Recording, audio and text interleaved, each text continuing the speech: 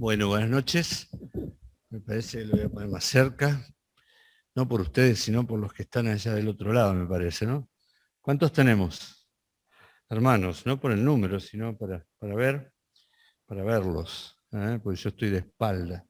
Bien, bienvenidos a todos. Esta es la primera actividad de varones del año y ojalá la podamos seguir haciendo presencial. Tenemos algunas perspectivas medias negras para adelante, así que no sabemos cuánto tiempo más, pero bueno que en esta noche podemos estar juntos cantando y también vamos a comenzar un tema para poder estudiar a lo largo de estos miércoles, ¿eh?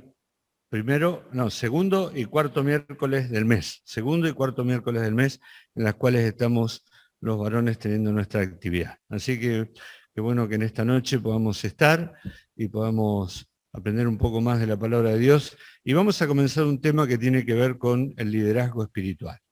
Vamos a tratar de entender, digamos, qué es lo que pretende Dios de nosotros como varones. Vamos a tratar el tema enfocándolo desde el punto de vista de los varones. Y por supuesto de todo lo que nosotros estudiamos y hablamos y vemos, lo hacemos desde una perspectiva bíblica. Toda nuestra cosmovisión, la visión del mundo, tiene que ver con la visión de Dios, ¿sí? Cada uno de nosotros va a enfocar, digamos, o enfoca su vida diaria de acuerdo a la perspectiva bíblica, que es muy diferente a la perspectiva del mundo. ¿Sí? Cuando hablemos de liderazgo, seguramente nos vamos a enfrentar con muchos conceptos que vamos a escuchar en la sociedad y vamos a compararlo con lo que la Biblia dice. Nuestra forma de ver las cosas es distinta a la forma en que la ve el mundo, porque nosotros no somos ciudadanos de este mundo, somos peregrinos en este mundo que caminamos hacia nuestra patria celestial y vivimos en un mundo que nos es hostil, ¿sí? Cuyos valores son contrarios a los valores que la Biblia expresa, que la Biblia nos enseña. Entonces, todo lo que vamos a ver, lo vamos a ver desde el punto de vista de cómo Dios nos pide que lo veamos, que quizás es muy diferente a cómo aprendimos en nuestra familia o en nuestra historia personal, y tenemos que cambiar ese concepto y tenemos que verlo como Dios lo ve. Y entonces nos enfrentamos a lo que la Biblia dice y lo que el mundo dice, el mundo y la Biblia, Dios y el mundo, y el creyente y el mundo. ¿Sí? Así que esto va a ser a lo largo de todos estos miércoles. Y cuando hablamos de liderazgos, el mundo tiende a considerar, desde el punto de vista que lo ve, que los enseña y que nosotros lo vemos cada día, y es hacia la igualdad de género, el feminismo, ¿sí? Y el liderazgo de la mujer está muy exaltado en la sociedad. Y nosotros vamos a estudiarlo desde el punto de vista de cómo Dios lo ve, porque ese feminismo también se mete dentro de las iglesias. Y hoy tenemos pastoras, en muchos lugares hay pastoras, ¿sí? Y la Biblia en ningún lugar autoriza a una mujer a ser pastor de una iglesia. Sin embargo, hay muchísimas iglesias hoy que reconocen el liderazgo de la mujer en la iglesia y nosotros los varones hemos también concedido, no digo que ocurra en nuestra iglesia, pero han concedido concesiones o han dado libertades para que las mujeres puedan ocupar esos lugares que los varones muchas veces dejamos libres porque no queremos comprometernos, ¿sí? Entonces, los varones mismos hemos dejado las funciones y las posiciones de liderazgo para que otra las asuma. Pero la Biblia enseña que Dios siempre utiliza hombres para ejercer funciones de liderazgo, aunque como vamos a ver, y lo vamos a ver a través de la historia de la vida de Samuel, siempre o casi siempre detrás de un gran hombre, como dicen las mujeres cuando quieren, hay una gran mujer. Y no vamos a hablar de la esposa de Samuel porque no la conocemos, pero sí de la madre de Samuel. En algún momento vamos a hablar de ella, de la mamá de Samuel. Pero ¿por qué Dios utiliza hombres? Y esto es algo que el apóstol Pablo enseña y explaya en 1 Corintios, porque tiene que ver con la historia de la creación del hombre y de la mujer, y tiene que ver con la caída del hombre y la mujer, y tiene que ver con aquello que ocurrió en el Edén, en el cual Dios le dice a la mujer, tu deseo será para tu marido. Él va a ser tu Señor. Y esto, por supuesto, que es resistido por la sociedad en el día de hoy, y muchas veces nosotros nos olvidamos de que los varones somos cabeza de la mujer, como dice, como dice el apóstol Pablo. Pero eso no quiere decir que somos más importantes, porque ante Dios el hombre y la mujer tienen el mismo valor y tienen el mismo honor y la misma honra, pero los dos cumplimos funciones diferentes. Entonces, hace poco pensábamos que quizás tendríamos que enseñar cuál es el ministerio de la mujer en la iglesia, pero yo creo que también tenemos que enseñar qué es lo que Dios espera de nosotros como varones, en la iglesia, en la sociedad, en tu familia, allí donde Dios te ha colocado y que te ha puesto para cumplir una función y para cumplir un rol específico, ¿sí? Por supuesto, entonces, que vamos a estudiar la vida de Samuel y a través de la vida de Samuel vamos a tratar de aprender cosas. Pero no es el único hombre que estamos estudiando. Estamos viendo en los devocionales la historia, ¿sí?, de Nehemías, empezó Alberto esta semana, y la historia de Josué, ¿sí?, grandes hombres de Dios. Y el año pasado vimos la historia de Elías, ¿se acuerdan, no? Y aprendimos mucho sobre estos grandes hombres de Dios que Dios llamó en determinados momentos para cumplir una función específica. Grandes hombres de Dios cuya biografía nos fueron legadas a cada uno de nosotros, las tenemos aquí en la Biblia para que aprendamos lo que ellos aprendieron, para que donde te toque estar, donde te toque estar a vos, donde me toque estar a mí, podamos cada uno de nosotros hacer la diferencia en medio de circunstancias que seguramente van a ser difíciles y ante una sociedad que seguramente va a ser siempre hostil. Va a ir en contra de nuestros principios y de nuestros valores.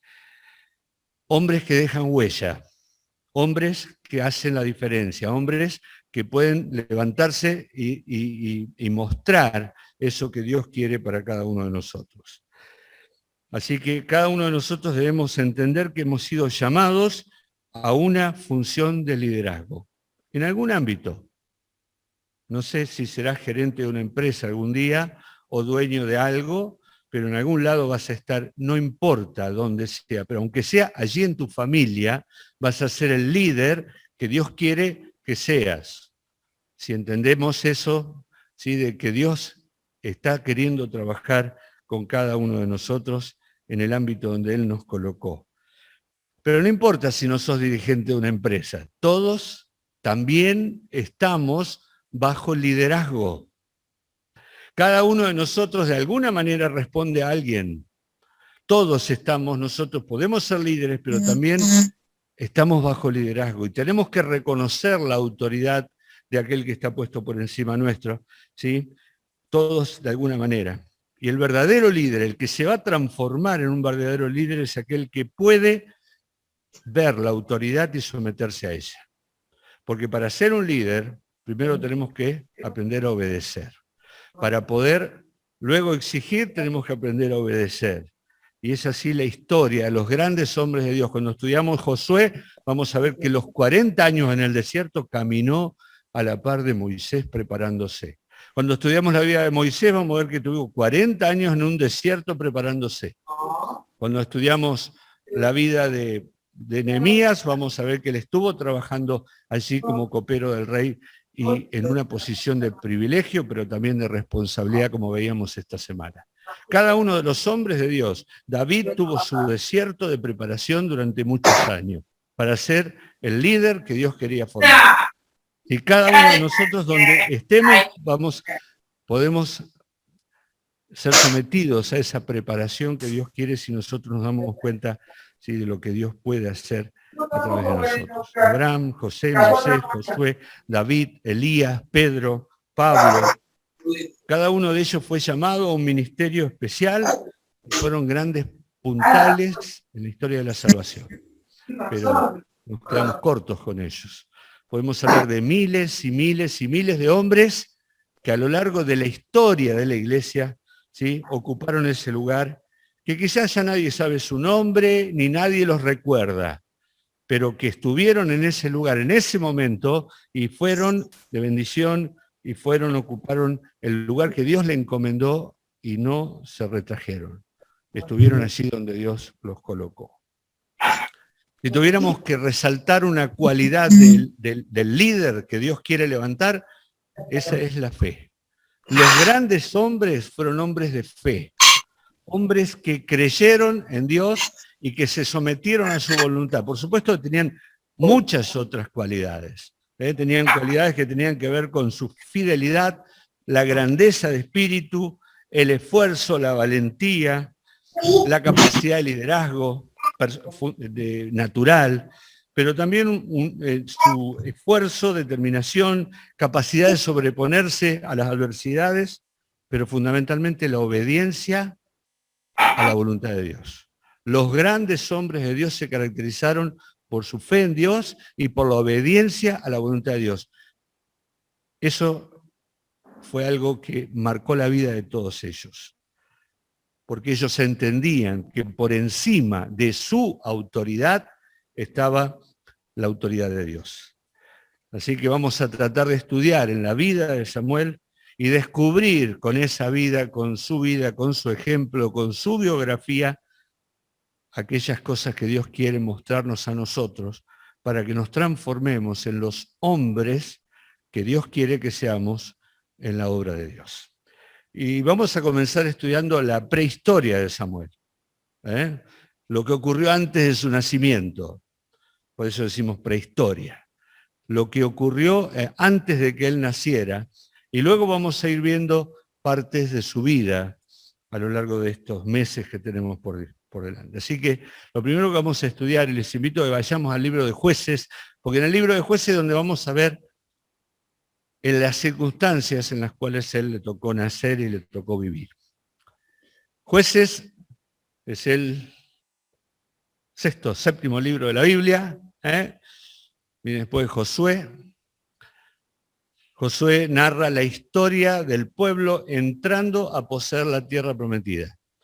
La historia del éxodo desde Egipto, durante 40 años en el desierto, llegan a las puertas de la tierra prometida y el libro de Josué nos marca cuando el pueblo de Dios entra a poseer la tierra prometida y la dividen en las 12 tribus.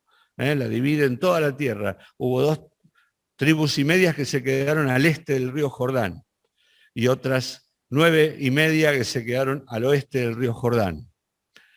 Sí, más una tribu que no recibió heredad fija, sino que era la tribu de Leví, sino que estaba distribuida entre todas las demás. Es muy difícil saber cuánto tiempo pasó desde que entró Josué hasta que nació Samuel. Hay distintos cálculos, pero fueron más de 300 años.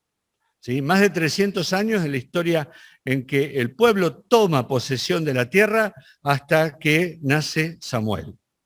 Esos 300 años o 350 años, dicen algunos, depende de las fechas, ahí hay muchas dificultades para saber con certeza. ¿Sí? Pero primer libro de Reyes, capítulo 6, verso 1. A ver, alguien que lo pueda leer. Primer libro de Reyes, capítulo 6, verso 1. Los que están en Zoom lo buscan, no creo que escuchen acá la lectura. ¿Lo tenés? No, Marce. Primer libro de Reyes, capítulo 6, verso 1.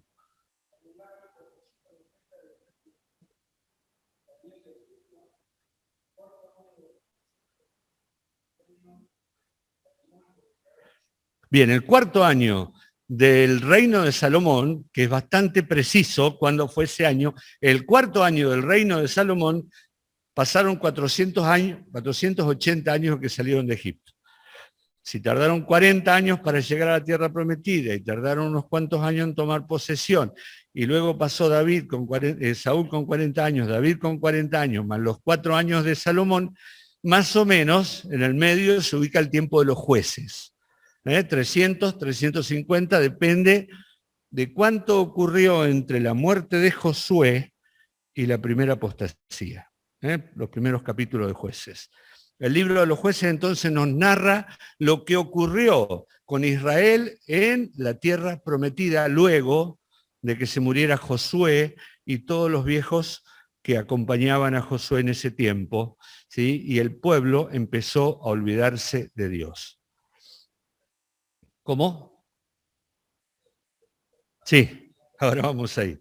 Bien, Josué y toda esa generación murió. Vamos al libro de Jueces entonces.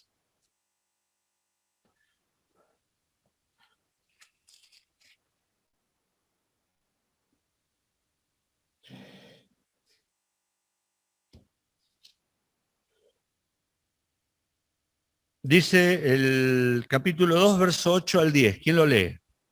Jueces 2, del 8 al 10. Marcelo, vamos.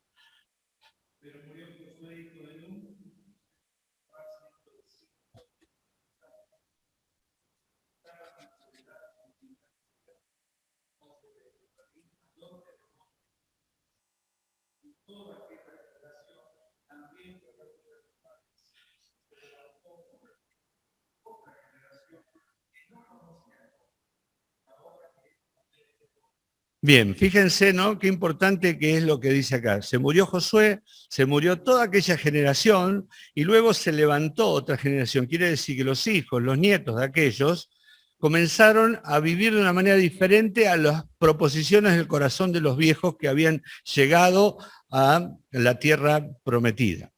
El pueblo estaba disperso en todo el país, ya no había un líder, y esto es lo importante que quiero que remarquemos, no había un líder que unificara a todos. Cuando Moisés se muere se levanta un Josué, pero cuando Josué se muere no se levanta ningún líder que pudiera reunir a todas las tribus. Estaba el tabernáculo, que es una tienda, que es la casa de Dios, en Silo, y allí estaba el sacerdote, y los sacerdotes que servían, que venían de todos lugares, pero lo que dice aquí es que esa generación se olvidó de lo que Dios había hecho por el pueblo de Dios. Recuerdan que cuando el pueblo de Dios ingresa a poseer la tierra, desobedecieron en algo. Tenían que expulsar a todos los enemigos. Sin embargo, si ustedes leen aquí mismo en el libro de Jueces, en muchas oportunidades, dice el verso 19 del capítulo 1, arrojó Judá a los que habitaban en los llanos, más al Jebuseo, dice el verso 21, que habitaban en Jerusalén, no lo arrojaron. ¿Sí? Verso 27, tampoco Manasés arrojó a los de Bet-Seán ni a los de sus aldeas. El verso 30, tampoco Zabulón arrojó a los que habitaban en Quitrón. El verso 31, tampoco Aser arrojó a los que habitaban en Aco. El 33, tampoco Neftalí arrojó, o sea, ellos desobedecieron el mandamiento de Dios y se quedó mucha gente viviendo entre ellos. Los hicieron tributarios, quiere decir, pagaban impuestos. No eran libres, pero siguieron viviendo ahí. Y con el tiempo se fueron mezclando con ellos y empezaron a adorar a los dioses de esos cananeos. Ellos deberían haberlos arrojado, sin embargo no lo hicieron. Y Dios los deja. Y Dios les dijo, no lo hiciste, entonces yo voy a utilizar a estos pueblos para probarte. Fue así que cuando el tiempo avanza, ¿sí? Los pueblos, esos pueblos originarios, que no fueron exterminados, comenzaron a ejercer una influencia sobre el pueblo de Dios y se empezaron a mezclar. Y la adoración al Dios verdadero comenzó a enfriarse. Y comenzaron a adorar a los Baales, comenzaron a adorar a Astoret, a todos los dioses de los sidonios, de los cananeos, que deberían haber destruido, sin embargo, que los dejaron vivos. Y ellos comenzaron a alejarse de Dios. La desobediencia lleva a la apostasía.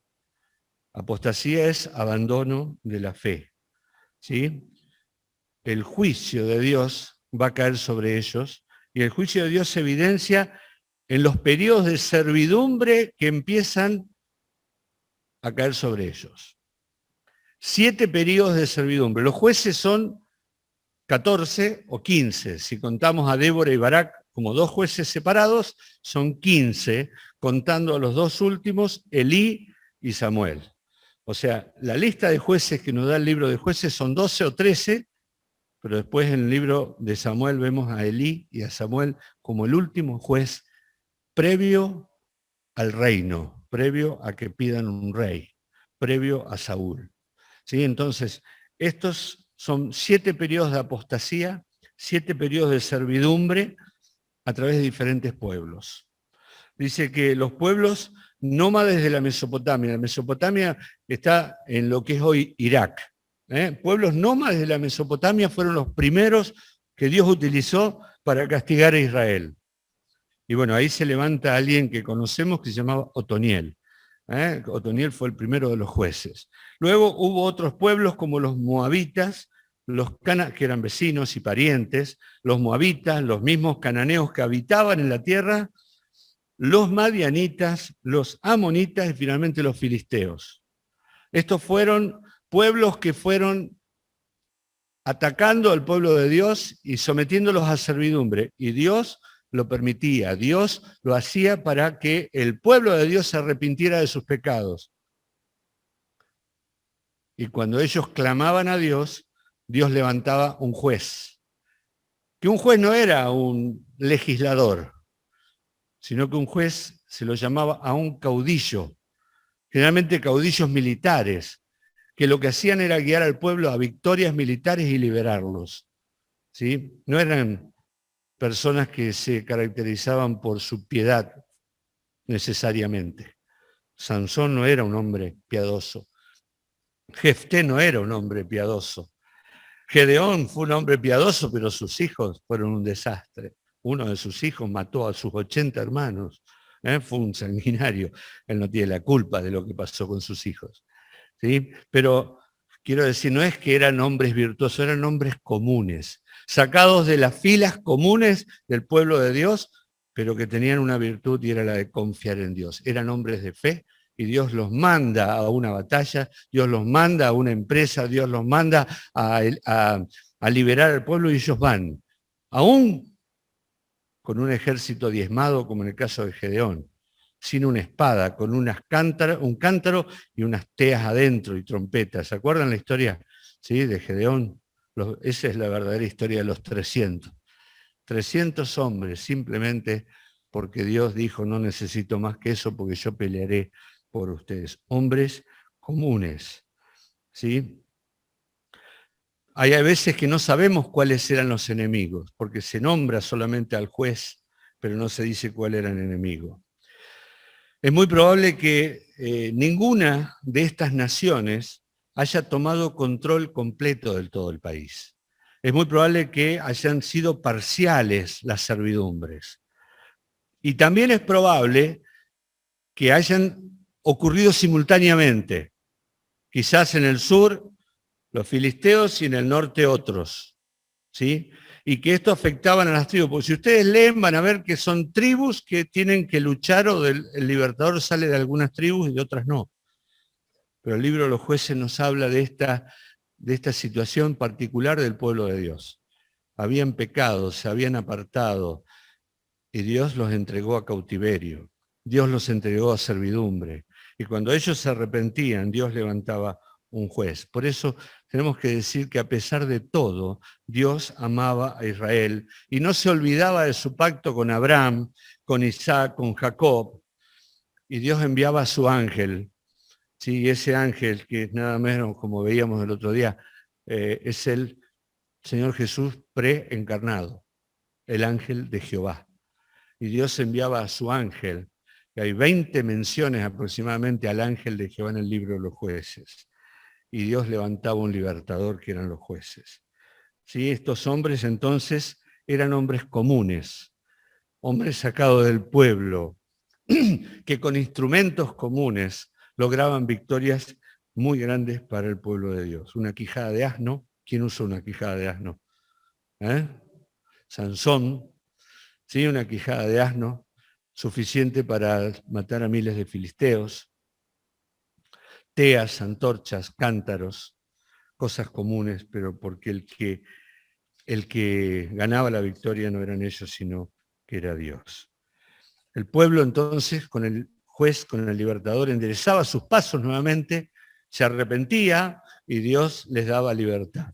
Y así se iban sucediendo una tras otras estas servidumbres, porque el pueblo volvía a pecar, porque Dios los volvía a entregar, porque el pueblo se arrepentía, Dios levantaba un libertador, y todo el tiempo del libertador el pueblo andaba en los caminos de Dios. Cuando moría el libertador, otra vez pasaba lo mismo.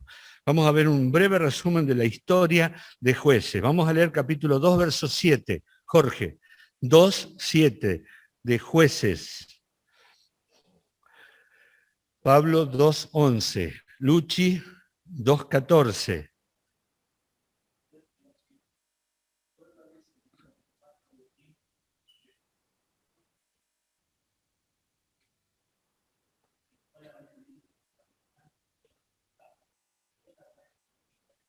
Bien, lo que leímos hace un rato, todo el tiempo de Josué, todo el tiempo de los ancianos. Fíjense qué importante que es un buen liderazgo para el pueblo de Dios.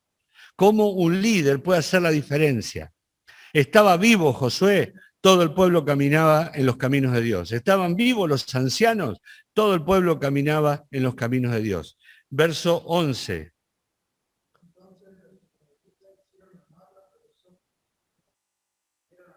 Fíjense, se mueren los líderes. Se levanta una generación que no conoce a Dios. ¿Y qué dice? Hicieron lo malo ante los ojos de Jehová y sirvieron a los Baales. ¿Qué dice el verso 14?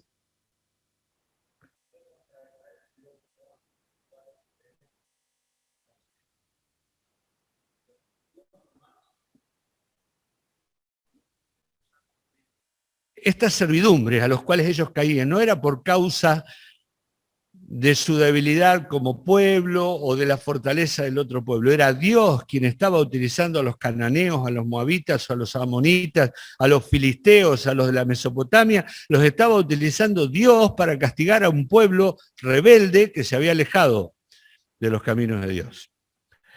2.16, Henry, ¿puede ser?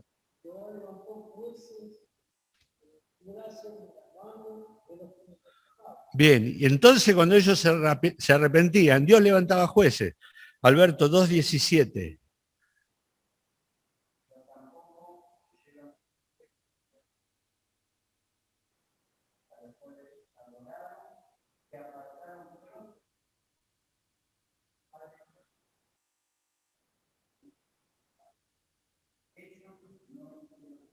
Bien, Dios les levantaba jueces, pero tampoco oían a los jueces, ¿sí? Y se apartaron pronto del camino. Esta es la historia del pueblo de Israel en la época en que nace Samuel.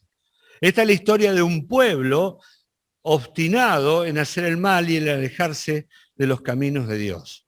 ¿Sí? Esta es la historia en la cual va a surgir este personaje que vamos a estudiar. Es la historia de un pueblo que está alejándose permanentemente de Dios. Y el final de todo es cómo termina el libro. En aquellos días no había rey en Israel, cada uno hacía lo que bien le parecía.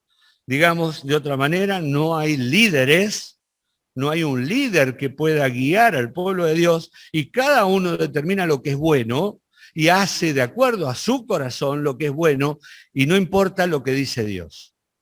Este es el estado, pero si ustedes leen el libro de Jueces del capítulo 17 en adelante, van a ver que ocurren, digamos, intrigas ahí adentro. El pueblo está envuelto en intrigas internas.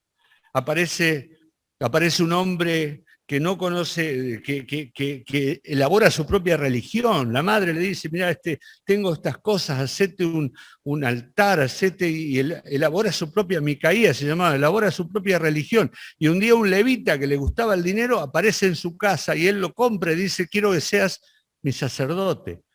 Pero después viene la tribu de Dan y dice, ¿cuánto te paga él? Tanto, yo te pago más, venite conmigo. Y se lo roba y se lo llevan al levita. Viene una cosa extraña de lo que aparece en los registros de Dios. Después aparece la historia de otro hombre que se va de Jerusalén con su esposa que le había sido infiel, que él la vuelve a recuperar, y terminan en la plaza de una ciudad de Efraín, perdón, que se llama Gabá, y allí en la plaza lo invitan a pasar en una casa, pero los hombres de esa ciudad eran malos, eran perversos, y cometen un crimen sexual con esa mujer, la matan, la violan todos los hombres, la mujer muere, el hombre se lo lleva a su mujer, llega a la casa, la descuartiza, distribuye cada parte de ella por las tribus de Israel y todos se levantan en contra de Efraín y quieren destruir una de las tribus de Dios. y casi lo logran, porque quedan 600 hombres nada más. Y se habían juramentado ellos de no darle sus mujeres a los hombres. Destruyeron todo, pero quedaron 600 hombres. Casi borran a una tribu de Dios. Y después se arrepienten de eso. Y buscan la solución. Bueno, una cuestión muy... El pueblo de Dios desvariaba en su camino. ¿Sí? ¿Cómo llegó a eso el pueblo de Dios? ¿Cómo fue que pudo haber llegado a eso? De Josué tenían victorias, en jueces derrotas. De la libertad a la esclavitud, de la fe a la incredulidad, del progreso nos comemos todo y vamos a la decadencia tal, una cadencia espiritual, de la obediencia a la desobediencia, de ver las cosas de una forma celestial a verlas completamente terrenales, del gozo a la tristeza, de la fortaleza a la debilidad, de la unión entre tribus a la desunión entre las tribus, de un líder fuerte como Josué a una falta absoluta de líderes, ¿sí? En el tiempo de los jueces. ¿Cómo llegó el pueblo de Dios a ese estado? ¿Hubieron responsabilidades individuales? Seguramente. También responsabilidades colectivas. ¿Cuál era el papel que tenía que asumir Elí? Elí era el sacerdote cuando nace Samuel. ¿Cuál era el papel que le correspondía a él en la decadencia en la cual estaba el pueblo? Como sacerdote y como juez. ¿Y qué pasó con su función? El ministerio de Elí realmente fue deshonrado por sus hijos. Lo vamos a ver, lo vamos a estudiar. El ministerio de Elí fue deshonrado por sus hijos a la vista de todo el pueblo. Y él no los había amonestado. Un sacerdote acorde a lo que estaba viviendo el pueblo. Realmente, no tenía nada que ofrecerle al pueblo. Y bajo su sacerdocio, bajo su administración, ocurrió quizás el hecho más vergonzoso que tuvo que vivir el pueblo de Dios cuando el arca de Dios fue robado por los filisteos y llevado al templo de Dagón, al templo de los filisteos. Y ahí aparece Samuel. En ese contexto aparece Samuel. El nombre Samuel significa pedido a Dios. Y todos sabemos por qué, ¿no? ¿Sí? Samuel era un levita, el papá de él se llamaba Elcana, la mamá se llamaba Ana. Elcana tenía también otra esposa que se llamaba Penina, y Penina tenía hijos y Ana no. Y Penina siempre, Elcana amaba más a Ana que a Penina. Y Penina se le agarraba con Ana y le recordaba todos los días que ella, sobre todo cuando subían al templo, dice, al tabernáculo, para las fiestas judías. Allí se acordaba Ana que no tenía hijos porque Penina la avergonzaba. ¿Sí? Penina siempre le recordaba que era estéril y sufría mucho Ana. Hoy escuchábamos también a Mati, creo que hoy, ¿no? Hablando de esto, de cuánto sufrió Ana en este tiempo, de cómo sufría ella y cuánto es muy interesante, y lo vamos a leer, cómo describe la angustia de Ana y cómo ella desborda su corazón delante de Dios, y bueno, vamos a estudiar seguramente un poco más de ello. ¿Sí? Ahora, cuando Ana se acerca al templo, vamos a decir el templo, en realidad es el tabernáculo, a la tienda, Ana le pide a Dios que Dios le conceda el favor de tener un hijo. Por eso Samuel se llama pedido a Dios. No solamente le promete, o le va a poner Samuel porque se lo pidió a Dios y Dios se lo dio, sino también le promete a Dios que luego de destetarlo se lo va a entregar para un servicio voluntario a Dios y para un servicio permanente en el templo. Y Dios escuchó la oración de Ana. Y así fue como nace Samuel. Después Ana tuvo 5 hijos más. Y el niño Samuel, una vez que fue destetado, fue criado por Elí, el sacerdote. Fue criado por él y Samuel recibía la visita de sus padres al menos una vez por año. Y allí el niño aprendió el oficio en el tabernáculo. Vivía o dormía en una tienda al lado del tabernáculo y era el encargado de abrir las puertas o las cortinas del tabernáculo todos los días para el servicio. Dios lo estaba preparando, pero él no lo sabía. Dios estaba preparándolo y es muy interesante las referencias que hacen en los primeros capítulos a Samuel de niño hasta que sea joven. ¿Sí? Él demostró desde la más temprana juventud tener un compromiso con la casa de Dios, en medio de un pueblo que está dominado por el pecado y falta de liderazgo. Y el joven empezó a mostrarse ante el pueblo de Israel. Y el pueblo de Dios, ¿quién lee 1 Samuel? Ahora vamos al primer libro de Samuel, capítulo 3, verso 20. Primer libro de Samuel, 3, 20. David, ¿puede ser?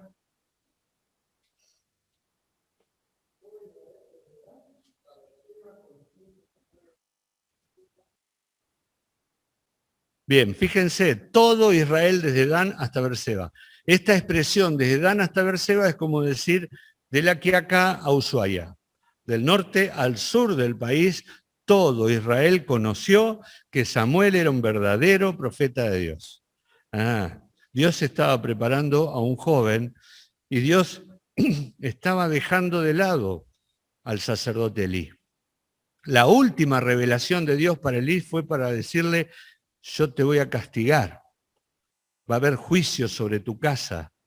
Esa fue la última revelación que narra la Biblia. Y a partir de ahí silencio con Elí. Y Dios empieza a revelarse al niño Samuel.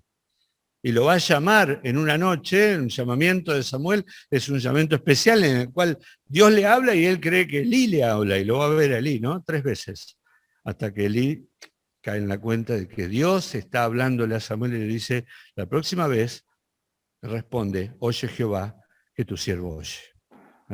Así fue entonces como comienza la preparación de este joven Samuel para ser alguien a quien todo el pueblo reconocería como un profeta verdadero. Y a la muerte de Elí fue Samuel quien le tocó la difícil tarea de rectificar las costumbres del pueblo, ¿sí? De volver a enderezar el camino del pueblo. Y lo iba a hacer a través de un ministerio itinerante, yendo por todo el país, llevando al pueblo nuevamente al arrepentimiento a Dios. Fue el encargado de ungir al primer rey de Israel, que se llamó Saúl, y fue el encargado de ungir también al rey David, ¿sí? Y muere cuando David está siendo perseguido por Saúl en el desierto. Él muere y es enterrado, dice, en Ramá.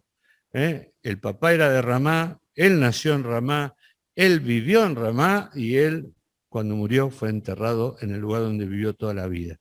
Y qué importante es que también cada uno de nosotros pueda tener un buen testimonio allí en el lugar de donde es, donde tiene su origen. Allí estaba Samuel viviendo siempre en su casa paterna y allí fue enterrado al final. Y en Hebreos capítulo 11, en la lista de los héroes de la fe, está Samuel como uno de ellos. Quisiera que nos hagamos algunas preguntas ya para terminar. ¿Será muy diferente la historia de ese pueblo a lo que estamos viviendo hoy? ¿Cómo está el pueblo de Dios hoy? ¿Será todo responsabilidad individual o también será que hay falta liderazgo en el pueblo de Dios? Volvemos a decir que el liderazgo femenino no es algo bíblico, ¿sí? No es algo bíblico dentro de la iglesia. El liderazgo femenino no es bíblico. Si no puede haber pastoras en la iglesia, nunca lo hubo en la historia de la iglesia y no debería haberlas. Sin embargo, hoy tenemos muchas iglesias con pastoras y a veces como únicos líderes dentro de la iglesia. ¿Quién es el responsable ante Dios de la formación de nuestros hijos? Ya dejemos la iglesia, pensemos en la familia. ¿Quién es el responsable ante Dios de lo que pasa en mi casa? Es cierto que muchas de las tareas, muchas de las cargas las llevan las esposas, pero Dios va a pedir cuenta a la cabeza de la familia. Porque bien lo dice el apóstol Pablo, el hombre es cabeza de la mujer. No se trata de una cabeza suelta por ahí, porque el hombre también está puesto bajo autoridad. El hombre también tiene su cabeza. ¿Y la cabeza del hombre quién es? Cristo. ¿Y la cabeza de Cristo quién es? Dios, el Padre. ¿Sí? Así que no es una situación de humillación estar bajo autoridad. porque Cristo se sometió a la autoridad del Padre. Y Cristo es la cabeza del hombre, el hombre es la cabeza de la mujer.